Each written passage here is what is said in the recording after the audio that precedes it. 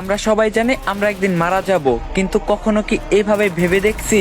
আসুন একটু ছোট্ট করে কল্পনা করা যাক। ধরুন আপনি মারা গেছেন, আপনাকে কাপড় দিয়ে ঢেকে রাখা হবে, আপনাকে সবাই দেখতে আসবে, সবাই কান্নাও করবে। আর কয়জন মানুষ খুবই তাড়াতাড়ি করে কবর খুঁড়তে শুরু করবে আপনাকে কবরে রেখে আসার জন্য। আর কেউ বাজারে যাবে আপনার জন্য সাদা কাপড় কিনে আনতে। আর অন্যদিকে কেউ পানি গরম করতে ব্যস্ত আপনাকে শেষ গোসল করানোর জন্য। পানি গরম করে আপনাকে একটা খাটে শুয়ে গোসল করানো হবে। তারপর আপনাকে একটা সাদা কাপড় পরানো হবে, সাথে একটু সুগন্ধিও লাগিয়ে দিবে। আর ওইদিকে কবরও তৈরি হয়ে গেছে। এবার আপনাকে নিয়ে যাওয়া হবে জানাজার নামাজের জন্য। নামাজ শেষে এবার কয়েকজন মানুষ আপনার খাটটা কাঁধে তুলে নিয়ে যাবে আপনার আসল গন্তব্যের দিকে। কবরে নিয়ে গিয়ে দুইজন মানুষ আপনার কবরে নেমে আপনাকে খুবই আস্তে করে কবরে শুইয়ে দিবে।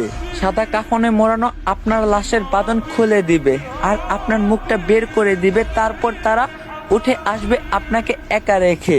তারপর আপনার কবরের উপর বাঁশ বিছানো হবে ঢেকে দেওয়ার জন্য। এবার সবাই আপনার কবরে মাটি দিচ্ছে আর চলে যাচ্ছে।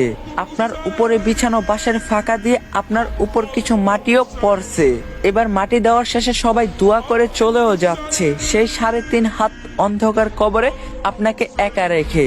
এই সব কিছু আপনি বুঝতেও পারছেন, দেখতেও পাচ্ছেন, আর হয়তো খুব চিৎকার করতেছেন, কিন্তু কেউ আপনার চিৎকার শুনতে পায় না, দেখতেও পায় না।